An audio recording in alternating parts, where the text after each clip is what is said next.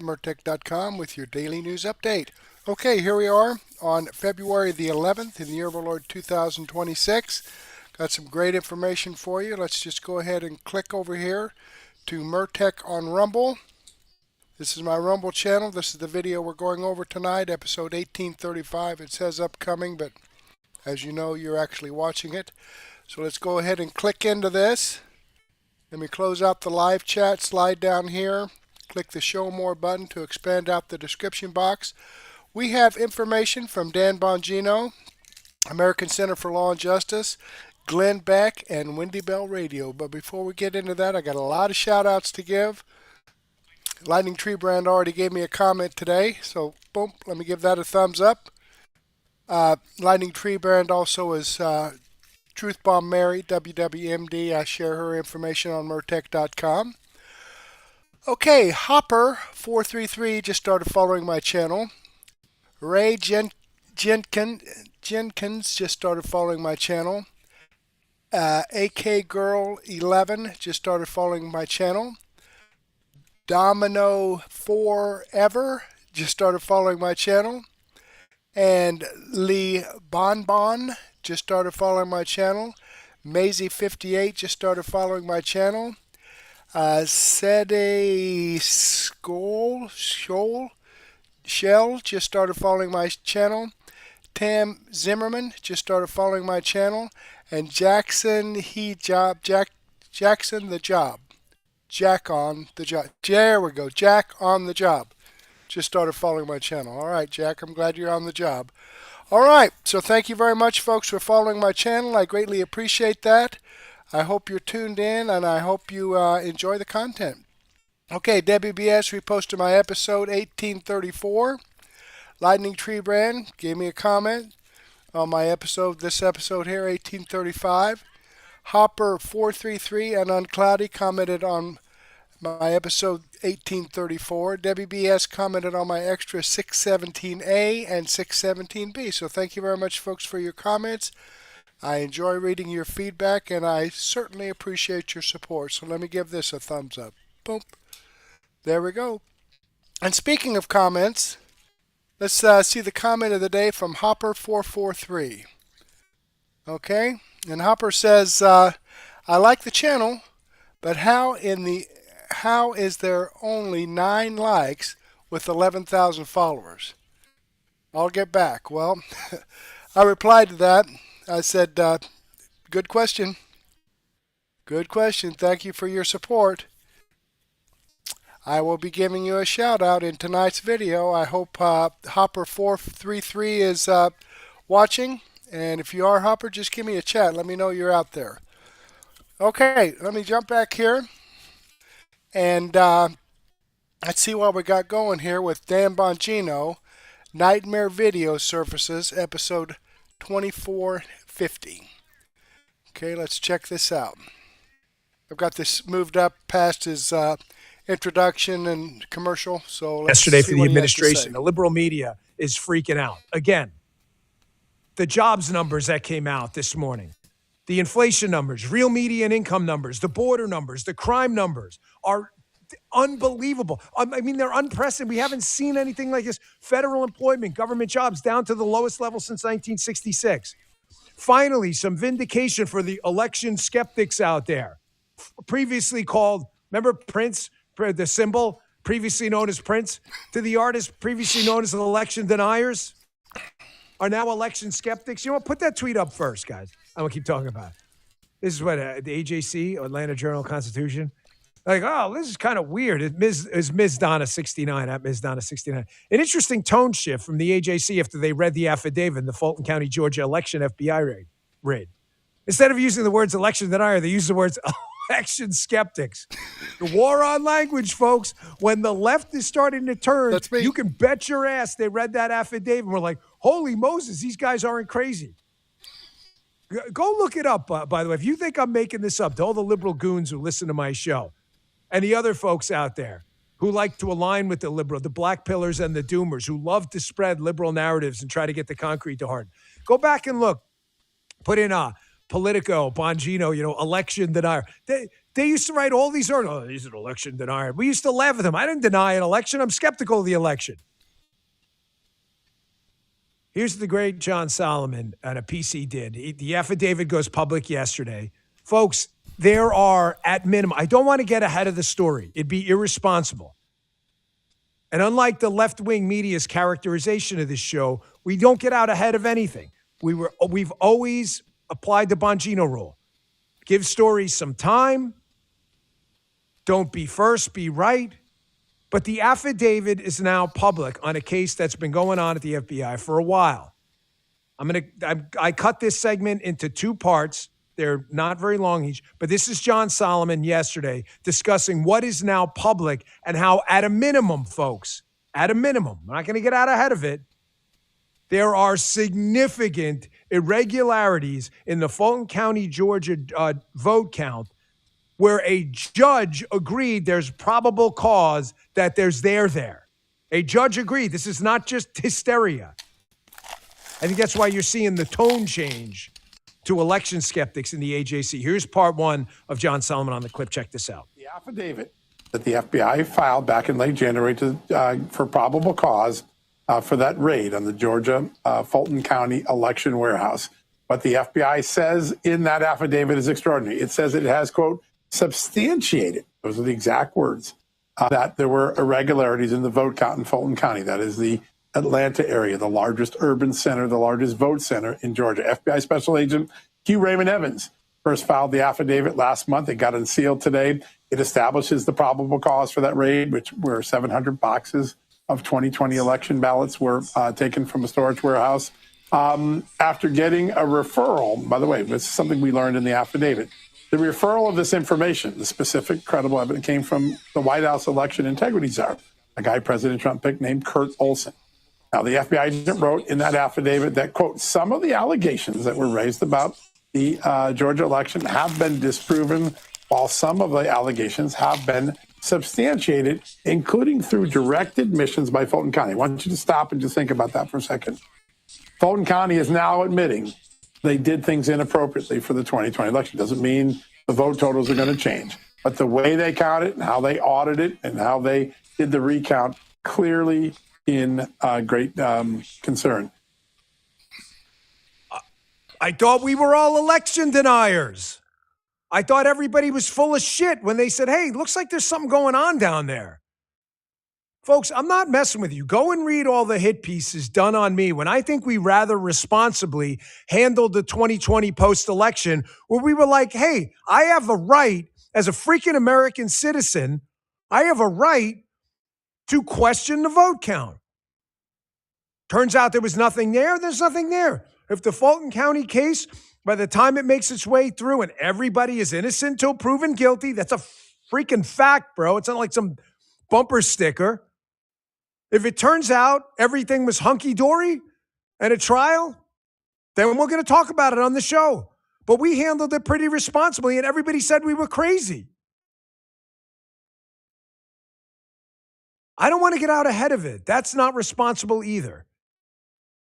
And promoting any kind of theory out there that gets discredited only takes away from what Solomon just said, that not every single thing that was out there turned out to be true, but a lot of it was. This is why I tell people, don't get distracted, because if there's a there, don't get into another there. It's not there because it takes away from the there that's there. Do you get my point? That was good, right? Justin's laughing. I heard a laugh. I don't even remember what I just said. It's about a there, but I get it. You know what I'm saying. Irregularities that made it into a legal process document that a judge looked at and said, wow, you guys aren't crazy. Now, what were those irregularities? You mentioned irregularities. Dan John Solomon mentioned irregularities. Here is part two. Hat tip to the team for jump cuts through this. I make the cuts for the show sometimes unusually long. Geek tries to cut them down a little bit. But here is John Solomon talking about 5 specific areas of irregularities. There should be no irregularities, folks. It's an election. It's not hard. If we win or we lose, we should trust that one person, one vote, one count of the vote. That's it. This isn't hard. It's not freaking Elon Musk sending a satellite into space to come back and land in the freaking ocean. I vote. That's me. Make it count. This is not hard. There should be no irregularities. It's not difficult. Check this out. His affidavit cited 5 major areas of irregularities. The ballot counts didn't match. They would scan images, and then some of them were lost. They would sometimes count, then the counts wouldn't match. So you have a loss of ballots. You've got ballots that were submitted for counting that didn't go through the proper verification process. There were ballots that were scanned twice, which means they were counted twice during recounts. And I think the most extraordinary admission comes from a top lieutenant to Secretary of State Brad Raffensperger. He was the Georgia election chief. His number one guy admitted to the FBI, according to the affidavit, that some of the things that the FBI corroborated, some of the things that they got Fulton County to admit to, he himself, as the election chief under Brad Raffensperger, had not heard of and does not think the state ever looked at. And perhaps the most important piece of evidence that we put out there and that the FBI relied on in its affidavit, the Carter Jones report. This is a report by Raffensperger's personal emissary to Fulton County. He was sent there to observe the 2020 election, 8 pages of irregularities. He observed, the FBI said that is important evidence. Folks, this is not a new case. I got to tell you now that I'm on the outside, and, again, the Friedman, Walter Williams line, we talk about liberty, talk about it with a smile. Trying to be more of a happy warrior these days, because this is the golden year of politics for us. So many good things have happened. That's why I get so angry at this like doom and gloom all the time. But it was really tough on the inside to shut up. It's not about you. And to have to listen, nothing's being done about that. This case did not start yesterday. It's been going on for a long time, but it has to be done correctly. Smooth is fast and fast is smooth. If the vote count is off by 10 and say Biden still won Georgia, why was the vote count off by 10? Why were there irregularities? Why did a judge agree that there were irregularities? This is not hard. The American people have a right, Democrat, Republican, Libertarian, freaking communist, it doesn't matter. You have a right to assemble, petition, and to speak and say, hey, I think there's something up there. We pay for an FBI. I'd like you to take a look. If a judge agrees there's irregularities, then Houston, or in this case, Georgia, we got a freaking problem. Yep. Faith in the system. Stop for a second. Well, not you guys. Guys, listen, I adore the Constitution. Adore our Constitution. It is we have some of the amendments right on the wall, but the civil rights amendments right on the wall behind me. It was a gift from a viewer. One of our favorites. I worship this Constitution, not in the way I worship Christ, but there's a fidelity and a love for these amazing founding documents by our brilliant founding fathers to turn a group of imperfect men into this almost perfect union. This stuff matters. But let's be absolutely clear as Scotch tape on this. The Constitution is just a piece of paper, not the ideas. The ideas were groundbreaking. Individual human liberty, rights, big R, God-given rights. These were completely foreign ideas at the time. But it's a piece of paper. If we don't believe in it, and we don't believe in the institutions that enforce the negative liberties and the positive, what you can and can't, and what you can do on the positive liberty side, and what the government can't do to you. In other words, you have the right to own and bear a firearm. The government does not have the right to interdict and establish a government religion. There are negative and positive liberties. It only matters if we all believe it matters. If you all believe it's just a piece of paper and I'm going to flush it down the toilet bowl, it doesn't mean anything. Like a four-way stop sign, nobody stops for. The stop sign doesn't do anything. It just says stop. If everybody says I'm not going to stop, then it doesn't do shit. There's the civil rights amendments right there. Thank you to the listener who sent that. Do you understand what I'm getting at? If we don't have faith in the institutions and the vote count has irregularities, if it's off by 5, why is it off by 5? It's the faith in the institution. And I know what the liberal media goons are going to say too. I know it. I can already see the articles being written. Well, there would be faith in the institution if you guys wouldn't stop questioning it. We have the right to question it, a-holes. And it turns out, at least if you believe in the judicial system, that there's probable cause to believe that we're not crazy. Solomon was very fair. Is it going to change the vote count? He said, I don't know. But there are 5 things that are really strange. We have the right to question it. Just like you did with Bush versus Gore, where, as I said the other day, you still think Al Gore beat George W. Bush. You don't have any evidence that's actually true. You questioned it. You questioned Trump's election in 2016. You still believe in the Russia hoax. I saw it, was it that piece by Fusion Kendallanian? Was it a week ago? Still pumping the Russia hoax? Or was it Philip Bump? The other, who cares? They all believe in it. They still believe in this shit. You want to talk about shredding institutions? You jerkwads did that. You did it. You shredded credibility in the FBI. You know how hard that's going to be to rebuild? Believe me, folks, I'm under no illusion whatsoever. None. Where's Josh? Josh, we don't chat too much. I love Josh, but he's new. Josh, come out here a second. Did we not have this conversation this morning? How I said exactly this to you. Josh was asking me a couple of questions about what the life was like in the Bureau. Listen to me. I am under zero illusions that there was ever going to be some like palm frond ceremony. Did I not say this to you, Josh, this morning? This exact, thank you. Exactly those words. I'm not anybody's hero. I didn't save the place. We didn't do any, I went there and I did my job. Cleaned the place out, crushed the violent crime rate, focused on public corruption cases, looked at this election stuff. I did my job. I'm not trying to be anybody's hero because I'm not. There are no heroes in government. I bring it up too because someone in the chat, I was in the chat this morning checking it out before the show, and one of the guys, belt man, like a belt around your pants, belt man said, Dan, can you give us a reason to trust Washington D.C. again? It was some version of that. The gist of it is correct. Belt man, you're probably still there in the chat. Thank you for the comment. The answer is no. Don't trust anybody. This is a government of fallible people who make mistakes. Accountability matters. What do you think? I was coming out of here going, FBI's all fixed, guys. We're good. No, it's not. Look at me. I mean, get the palm fronds. Way me down.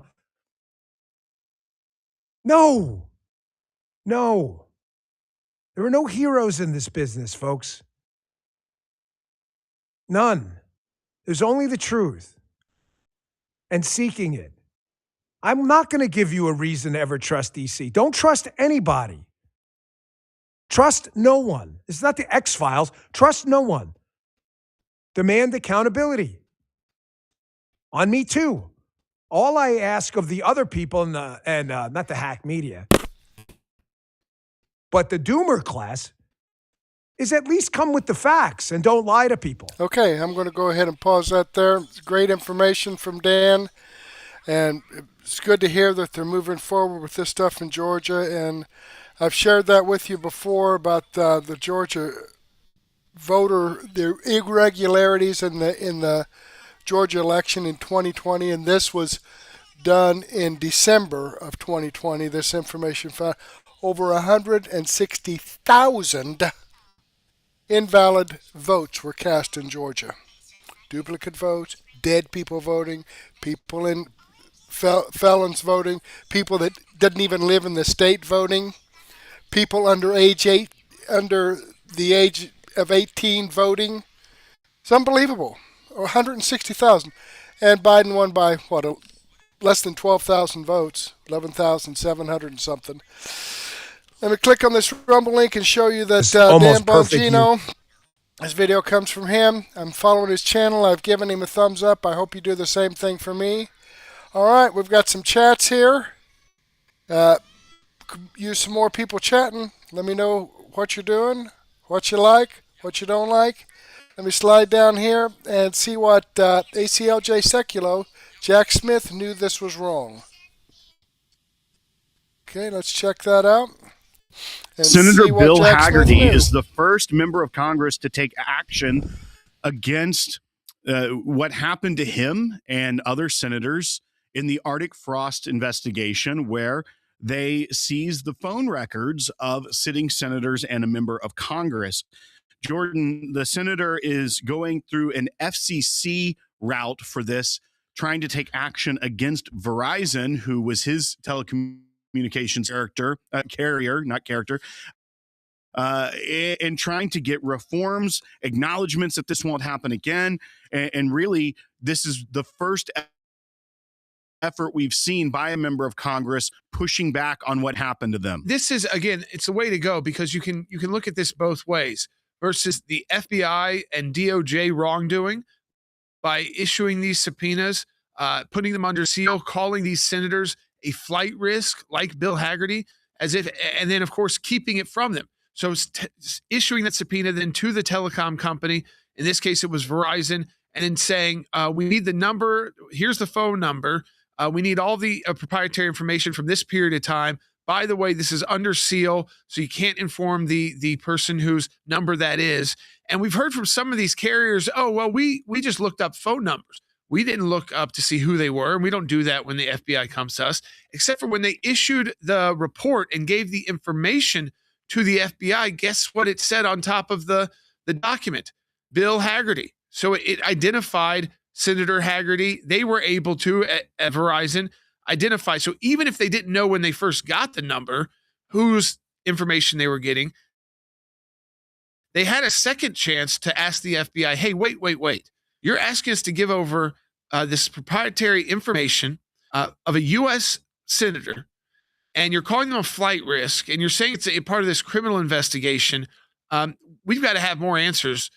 We have a lot of questions before we're just going to hand this information over to you. So that excuse of, well, it's just a bunch of random numbers that they send us, that may be the case when they initially receive it from the DOJ.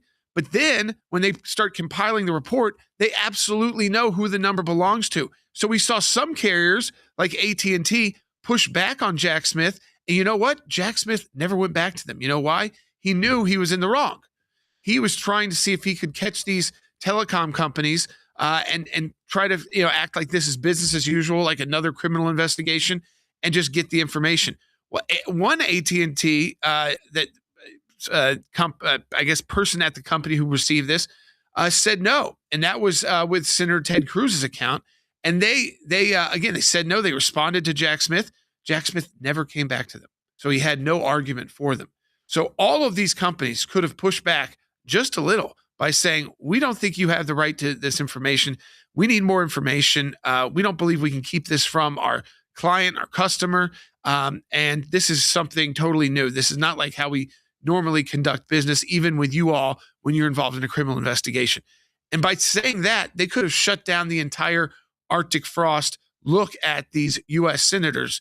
Instead, other AT&T agents handed the information right over. So it wasn't just one company did the right thing and another company did the wrong thing. Inside the same company, you were having good things done and bad things done. And that's what we have to get at, making sure that this never happens again, this abuse of our legal system to get at a separate branch of government and to be able to hide it from them because, quote, Jack Smith qualified them as flight risk. U.S. senators as flight risk. The telecom companies who did push back were on the right side. But that's all it would have taken if these other telecom companies like Verizon had a backbone and just pushed back and said, this doesn't seem right to us. This doesn't pass the smell test.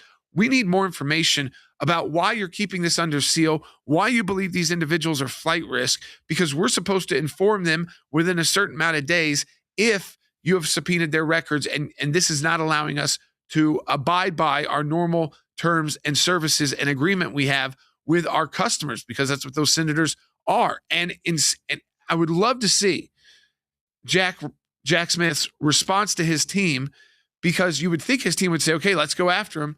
And he called them off. He called the dogs off. And I only can imagine that's because he knew that if this ended up in a legal proceeding, he had the weaker argument, such a weak argument that it wasn't even worth trying to push back on AT&T. The senators, there were 8 of them that were targeted by this. It was Senator Graham. Well, actually 9. 8 had their records actually obtained by the special counsel's office. That was Senator Graham, Senator Haggerty, Senator Hawley, Senator Sullivan, Senator Tuberville, Senator Johnson, Senator Loomis, and Senator Blackburn, as well as Representative Mike Kelly. Ted Cruz was also a target of this, but as you mentioned, AT&T did not provide his information, even though some of these others, also AT&T customers, did have their information provided. But why uniform? And why I think this is so important for people to remember, because as we talk about, these are senators. It's egregious that they could do this as it is, that he was able to get through these hoops. But remember, Jack Smith testified a few weeks ago on Capitol Hill, and he was telling the members of Congress that day that the reason for using it under seal, the reason for including the language flight risk, et cetera, are basically just pro forma statements that they file when they want it under seal. That even that is so egregious that the Department of Justice under the Biden administration, their policy was to file statements that were just essentially boilerplate language to get what they wanted. The ends justified the means for the Biden Department of Justice. Things like that have to change, because if they can do that with a boilerplate language saying could be a flight risk, we want you to mask the number, and the courts go along with it. If they're willing to do that for a U.S. senator, not a single person has the right to privacy in their own data anymore under what the Biden administration's DOJ was doing. And I think that's why when we have to continue down this path, we have to see the communication to protect not just the senators and the co-equal branch of government, but for the average ACLJ listener. Because if they feel like they can get away with it, what is the next administration going to do that doesn't have the civil liberties of Americans at mind? That's where we have to continue down this path. If this can happen to a sitting U.S. senator, it can happen to any American very easily. And so the way that these telecom companies just kind of bend over backwards for any time the FBI is seeking information, I think should not be the norm. You know, they should ask questions and push back, and they shouldn't just say, well, we got a bunch of random numbers, let's give them everything they want. Why not look into those numbers and see if if they're kind of similarly situated? So if they're all U.S. senators or all elected officials, like they were in this case, and they're using terms that wouldn't make sense for current elected officials, like they're a flight risk somehow, even though they have no history of that. I mean, treating them like they are cartel leaders, really. I mean, that's how Jack Smith tried. Now, when there was pushback, he didn't fight back. Very amazing. Utterly amazing. So it wasn't necessarily Jack Smith. I mean, there wasn't a court order for these phone records. He just asked for them. And, you know, some of the phone companies said, okay. Unbelievable. Let me click on this Rumble link and show you if this information does come from American Center for Law and Justice. I am following the channel. I've given them a thumbs up. I hope you do the same thing for me. Okay, let's jump back here and see what Glenn Beck has to say. Did this just destroy the left's narrative about Trump and Epstein? I doubt if it destroyed it, because they'll just keep digging that hole and digging that hole and digging that hole. Okay, let's see what he has to say. Are you reading people saying, Epstein files? Boy, Donald Trump sure looks bad in the Epstein files. Are you hearing that, Jason? I got one comment from Zachary. Zachary said that he's hearing that, and he was just curious what that was and what it all means. And I haven't really seen anything but really exoneration for the president, really. Right. I mean, it is amazing that the Democrats even say the word Epstein anymore, because I'm convinced the only reason why they brought him up is because they needed to smear Donald Trump, needed to make him look like a pedophile or whatever.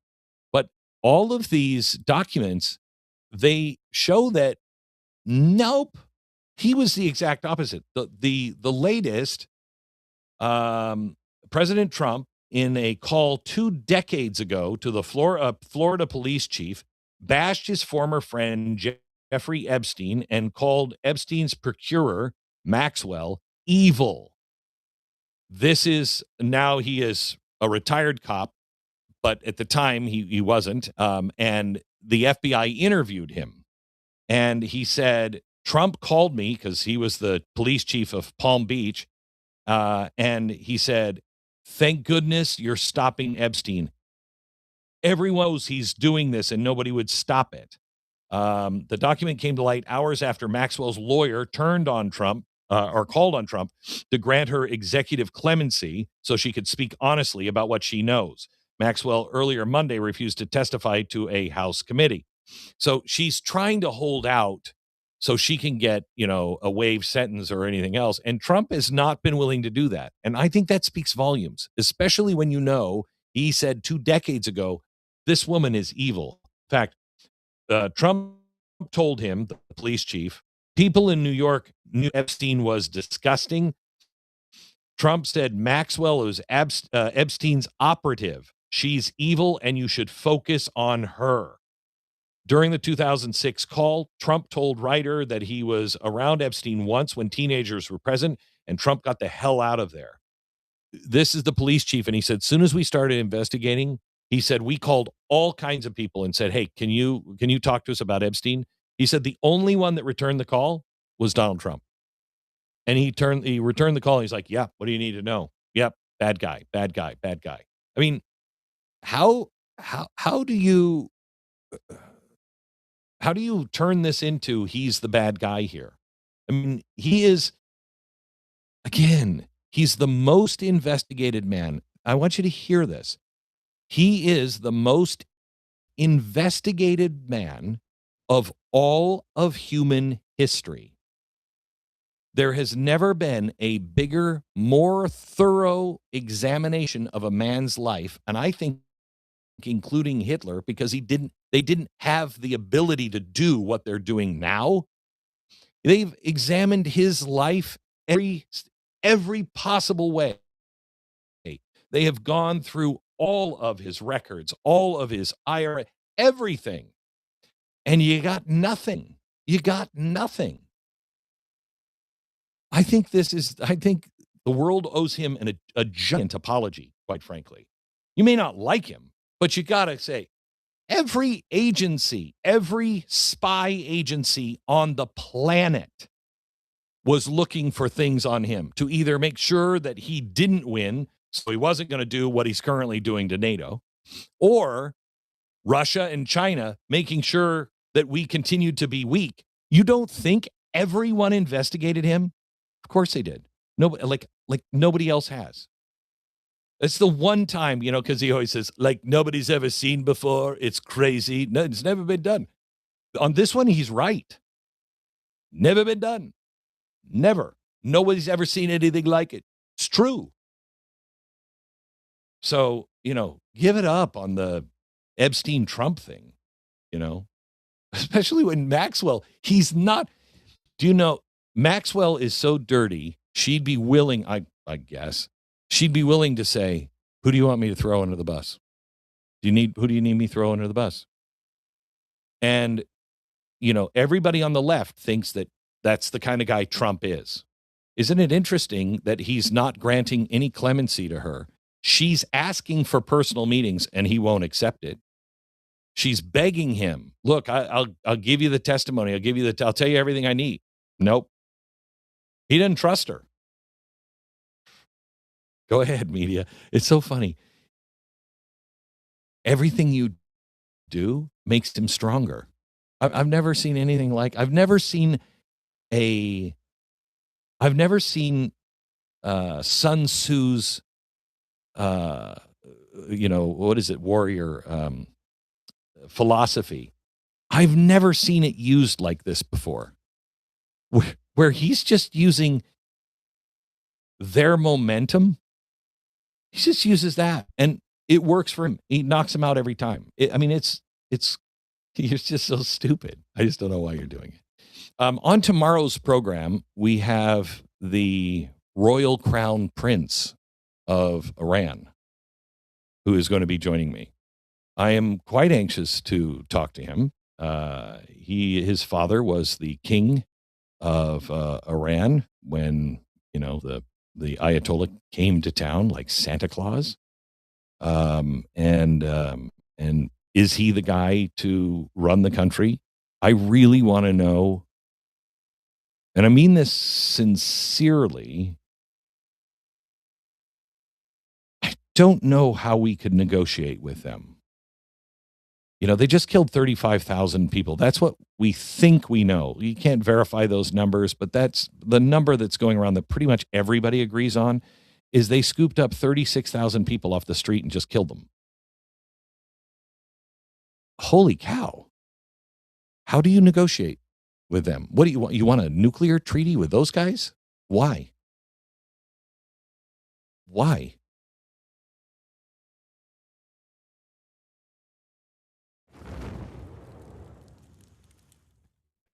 Okay, there you have it, folks. Let me show you that this video. Let me get back here. Stunning new twist. Are you reading? All right, let me show you here that this video does come from Glenn Beck. I'm subscribed to his YouTube channel. I've given him a thumbs up. I hope you do the same thing for me. Okay, let's jump back here. I'm doing some more chatting here with M41 Coco and Jeanette J66 and Sheb63, Debbie BS. Give me a chat, folks. Let me know what's going on. Okay, Wendy Bell. Wendy Bell Radio. 11,779 votes. Now, I wonder what this is going to be about. I don't know. What do you think? Let's take a guess here. Let's check it out and see what Wendy Bell does have to say. Leaving the studio, turned on the radio. It was on Fox News Channel. Wall to wall, 24 hours a day, Nancy Guthrie. It's all they've got. There's so much going on in this country right now that you're not hearing about because for whatever reason, your network news is completely 100% hook, line, sinker, obsessed. Like John Benet Ramsey, Brock said it the other day. He's like, I swear I haven't seen anything like this since John Benet Ramsey. I'm like, you're right. It's wall to wall. Everybody is a super sleuth.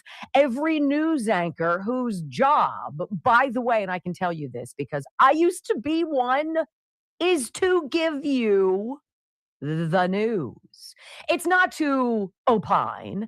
It's not to pretend you're Scooby-Doo and that you've got some snacks that you're following along. It's not to suggest things. Well, what about this? And what about that? I can tell you really right now, okay? I've been in the newsroom when multiple big stories have hit, okay? And I've watched the madness of a television newsroom go absolutely haywire when there's a big story. At the beginning, you just got to get your anchors on the set, give them whatever you need to get some kind of images on the air, breaking the news, boop, boop, boop, boop, here we go, breaking news. Tell people what you know, right? If you can drag it out, maybe you have a reporter somewhere and you're going to go to them. Well, let's find out what's going on, Sheila. Well, Bob, let me tell you what I know, right? And then maybe as the story develops, you're like, there's an expert who knows the area, knows the subject matter. Maybe we dial them in. Ladies and gentlemen, we're down to like Uber drivers and like mailmen who are like weighing in on this case. It is 11 days of nonstop wall to wall.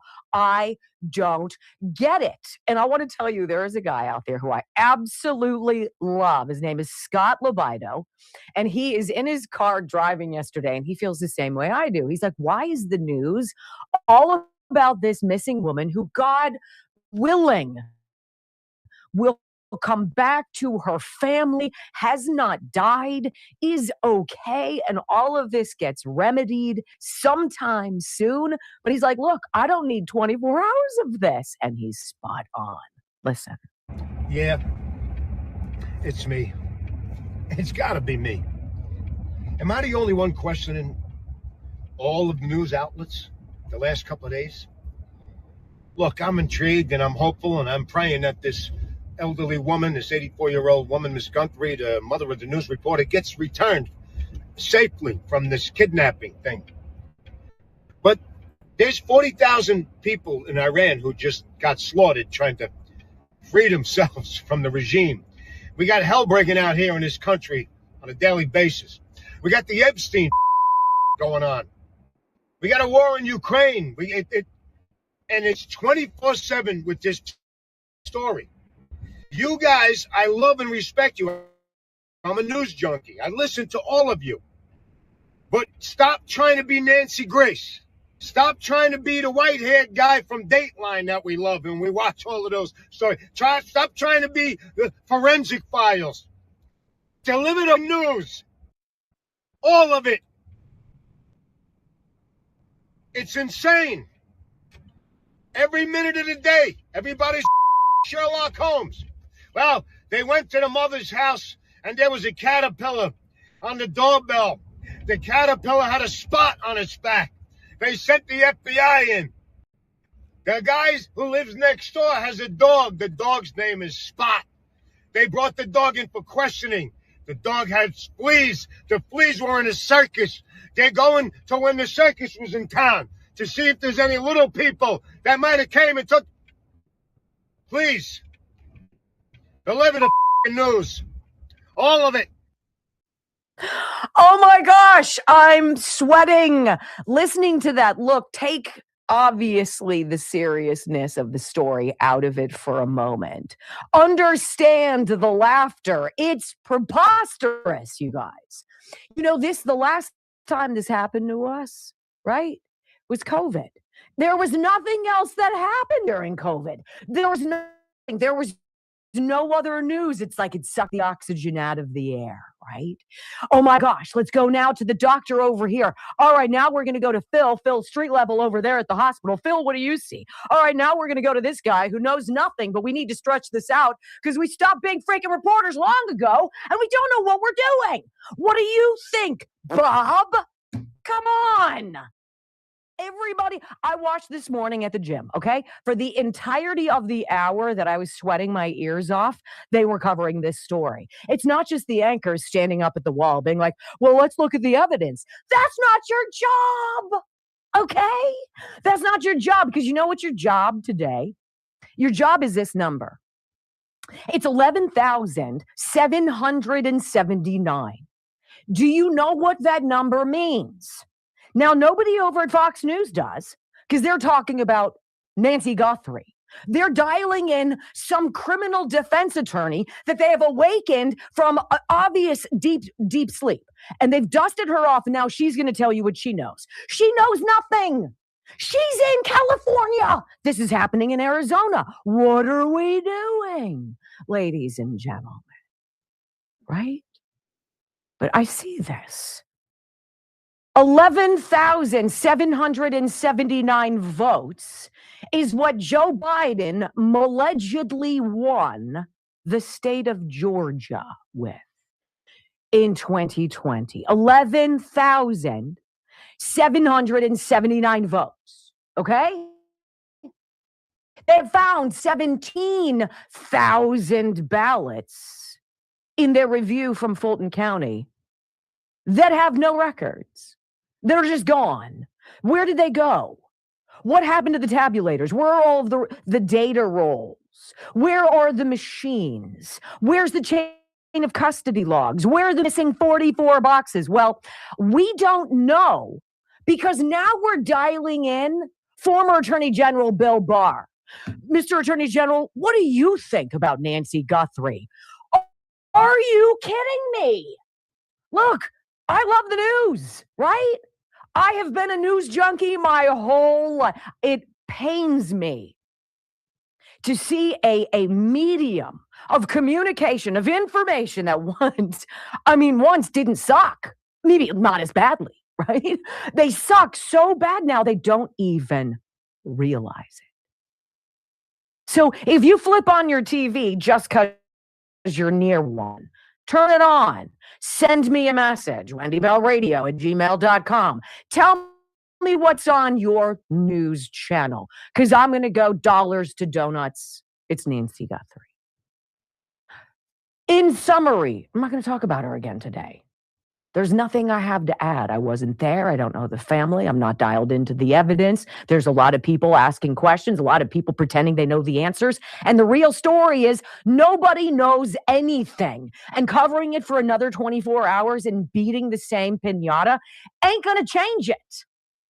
This program, my friends, we're going to talk about some pretty big information today. We're going to talk about some phenomenal accomplishments of the Trump administration that Caroline Leavitt, by the way, sets on blistering fire as she reclaims her time in the press pool briefing yesterday, right? And she's like, it's funny. All of you want to talk about what have you. That's not the important stuff. It's not the jobs. It's not the economy. It's not the billions and billions of dollars coming in because of tariffs. It's not the all-out war on drugs and the decimation of drones that the Mexican cartels were flying into our airspace. It's not the reactive attention of this administration. It's not the speed with which we're dismantling issues in Minnesota. It's not the story of obvious election fraud. 2020, 2022. How far back do you guys want to go? Because I guarantee you, they were cheating then too. So if you'd like to talk about some other things today, including phenomenal job numbers, okay, then you found the right spot. WendyBellRadio.com. Join us. Always in the live chat. Just keep coming back. All right, when we come back, let's hear from Caroline Leavitt, who sounds a little bit like this. Next. She's all right, great. Always good stuff. Let's see. Get this up here after the commercial break. Here we go.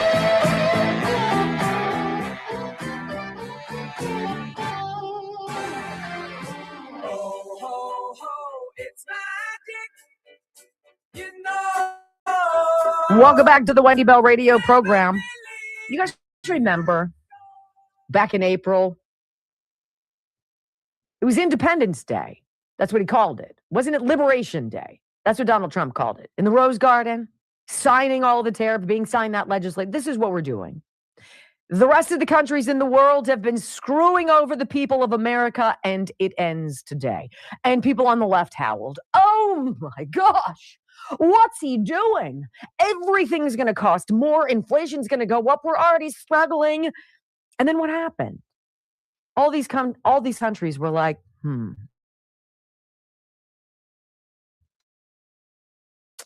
We'll either pay through nose with new tariffs to bring my imported things into America, or the president says if I build my stuff in America, then there's no tariff. Oh, I don't know. Which way are you going to go? And now all of a sudden, this just in. Oh my gosh. The January jobs report is in, ladies and gentlemen. Did you hear about this? The non-farm payrolls for January, 130,000 jobs were created. That is almost double the expectations. While at the same time, 42,000 federal government jobs got eliminated. Oh boy. Do you think maybe we should be talking about that a little bit? I do. Caroline Leavitt yesterday, as she's wrapping up the press briefing in the White House, she basically finger wags the entire press pool because she's like, it's so curious that all you want to talk about is Jeffrey Epstein this and Jeffrey Epstein that and what have you.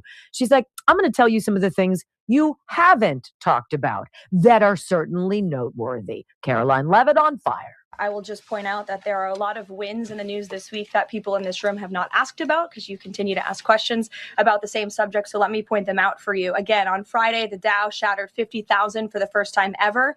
This week, the American Society of Plastic Surgeons came out in opposition to gender mutilation surgeries for children. They are the first major medical group to do so.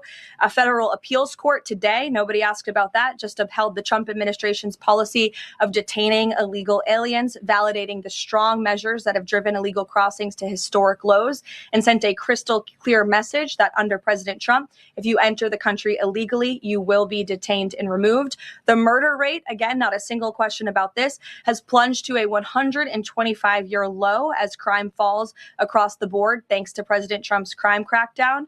We also saw this week national median rents have fallen to a 4-year low following 6 consecutive monthly declines, and mortgage affordability has surged to a 4-year high. Home ownership is the core foundation principle of the American dream. And I will repeat that mortgage affordability this week surged to a 4-year high, but not a single mention of that in this briefing room today. And again, this came out last Friday, but for an unprecedented 9th straight month, there were 0 illegal border crossings at the southern border. So we're going to get back to business. The president is very busy today, and you will see him all tomorrow at the event in the East Room touting his administration's energy policy. Thank you. And meantime, it's all about Donald Trump and Jeffrey Epstein. Did you know that Donald Trump has been mentioned thousands of times in those files? Let's talk about that. Well, really, the tariffs that we started talking about here. Did you guys hear the number that was raised just in 2025? Just by this president saying to the other countries, we're going to start being fair. Because you know what fair is? Fair isn't taking advantage of the goodness of the American people who bail you out when a tsunami knocks out your country. Fair isn't bending over the American people who shoulder the financial responsibility of like 75% of all pharmaceutical pricing in the world by us shouldering far more than our fair share of the cost. He whittled it down to most favored nations pricing. That's giant. It's more than that. You guys hear what's going on in Minnesota? What do they say? Somalian fraud there. Minimum $9 billion, likely stolen from American taxpayers. It could be 18, it could be $40 billion. In 2025, Trump's tariffs brought in to this country $256 billion. Do you know what that amounts to? That is $700 million a day. Why is nobody talking about that? Oh, because Trump and Epstein, Epstein and Trump, Trump and Epstein, Epstein and Trump, Nancy Guthrie, Trump and Epstein. Right? I want you to hear the CNN or CNBC news, babe. She's like, look, it's not just the Dow hitting 50,000, breaking it and moving forward, but on this record tariff revenue. How much we've been collecting in revenues. And I did this in part because Wilfred's here and he can talk about the UK trade deal, but just this is the monthly numbers. And they have gone up a lot. June is actually set for another big increase of $27 billion. That is money coming into U.S. coffers from tariffs. We are collecting a lot of revenue. So far, guys, $121 billion has flowed into the U.S. government since the start of the fiscal year. It's still a tiny portion of the overall revenues that the U.S. government gets, but it's increasingly a lot, especially we haven't seen it in terms of the consumer paying off higher inflation. She doesn't even know what to say. She's like, it's increasingly a lot, $128 billion. Since the start of the fiscal year, what is that, October? So since October of last year until now, October, November, December, January, not even 4 full months. And this president has brought in $128 billion. There is no competing with that if you're a deep stater. There is no message about affordability that's going to stick the landing anymore if you're on the left. And they know it. When we come back on the Wendy Bell radio program, that 2020 perfect election, well, it's looking less perfect every day. Big information about that next on the Wendy Bell Radio Network. Yeah, that was the most honest and secure election in American history. In American history. Amazing. Okay, we're going to do another segment here from Wendy because I like her stuff.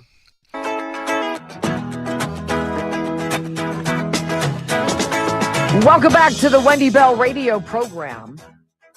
So, John Solomon over at justthenews.com broke open this story that the longer we talk about Nancy Guthrie, it seems the more information that would tarnish that squeaky clean image of 2020 being the safest, most secure, most fair election ever.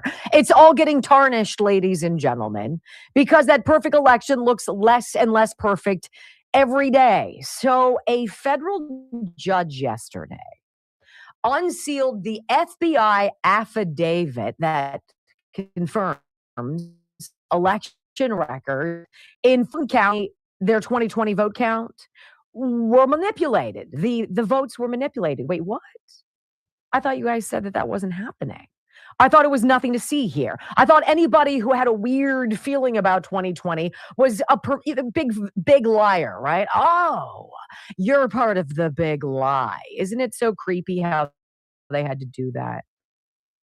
It's like playground bullies. Don't you dare say anything because we'll come for you. Really, it sounds like you've got an awful lot to protect. Odd. So FBI has substantiated irregularities in Georgia's 2020 vote counts, probing if they were intentional. It pisses me off that we have to dance on the perimeter of this and be like, I wonder what could have possibly happened. Because I know what could have possibly happened. There's no way 81 million people would ever in a million years vote for Joe Biden. There's no way 81 million people this year, next year, and the year after that, if you combine them all, who thought Joe Biden would have been a great president. There's no way you'd get 81 million people. And now the FBI has substantiated some major irregularities in how the votes were counted in Georgia's largest urban area in the aftermath of the 2020 election. Shocker. Is this why the FBI raided the warehouse? Bing, bing, bing, bing, bing. Is this why of the 700 boxes of ballots they should have received, they only got 656 boxes? Bing, bing, bing, bing. Is there a reason?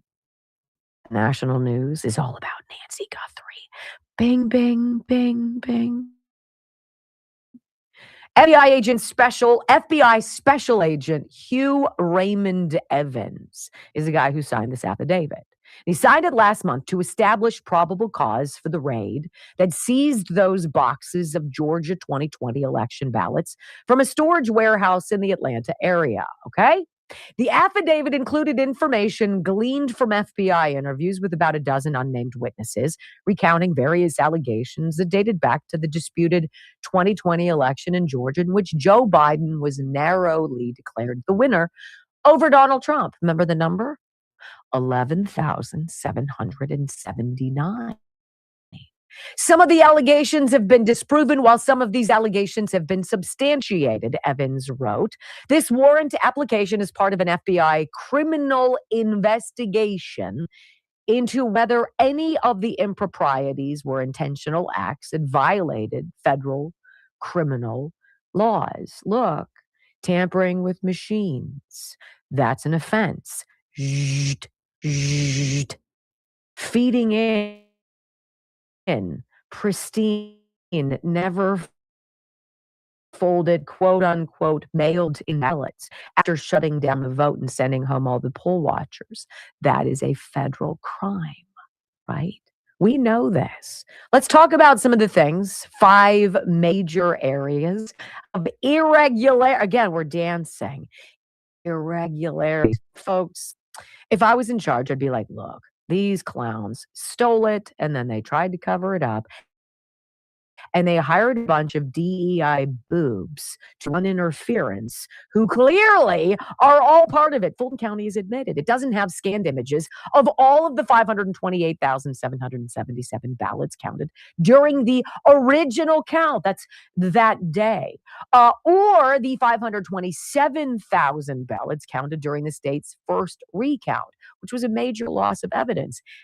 How do you lose a couple thousand ballots in there? Where did they go? Well, that matters when at 11,000, allegedly Joe Biden won by.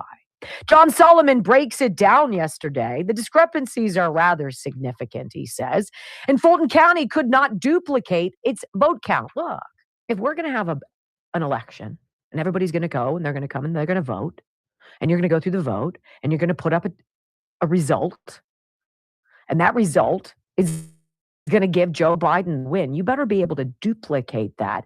They could have duplicated once. They could have duplicated twice. They couldn't do it because the information has vanished. Here's John Solomon breaking it down.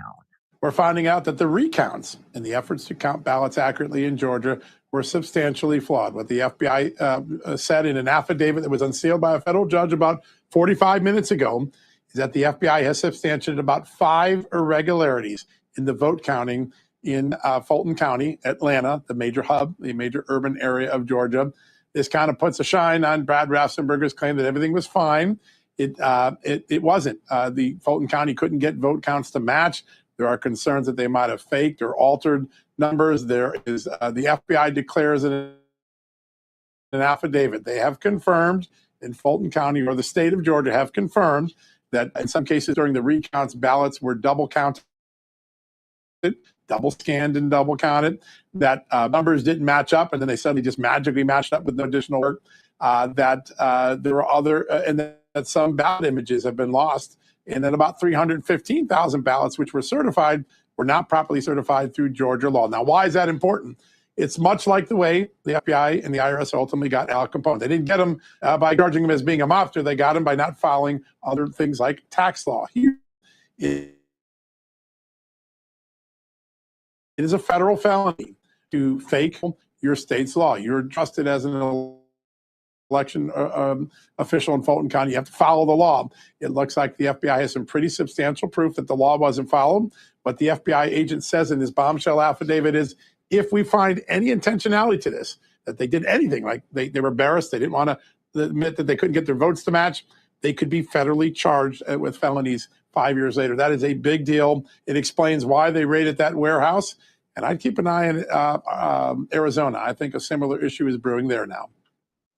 Similar issue happening in Maricopa County, Arizona, another one brewing in Michigan, and something also brewing in Pennsylvania, Allegheny County. Lots of discrepancies. Look, anybody out there who thinks that 2020 was perfect is an idiot, and they're lying to you. There's a reason that Ruby Freeman and Shay Moss, who were ensnarled in allegations of what? At the State Farm Arena there on election night, where all of a sudden things started changing with the vote count. There's a reason why Joe Biden, as president, gave them the Presidential Medal of whatever, right? It was a big thing. Thank you. That was the payoff. Thank you very much, Ruby and Shay, for helping oversee the greatest theft of an election in American history. Of the things that they found, the FBI has found so far. Only 16 tabulators out of an expected much larger number were used to generate closing data for about 315,000 ballots across 138 provided poll tapes.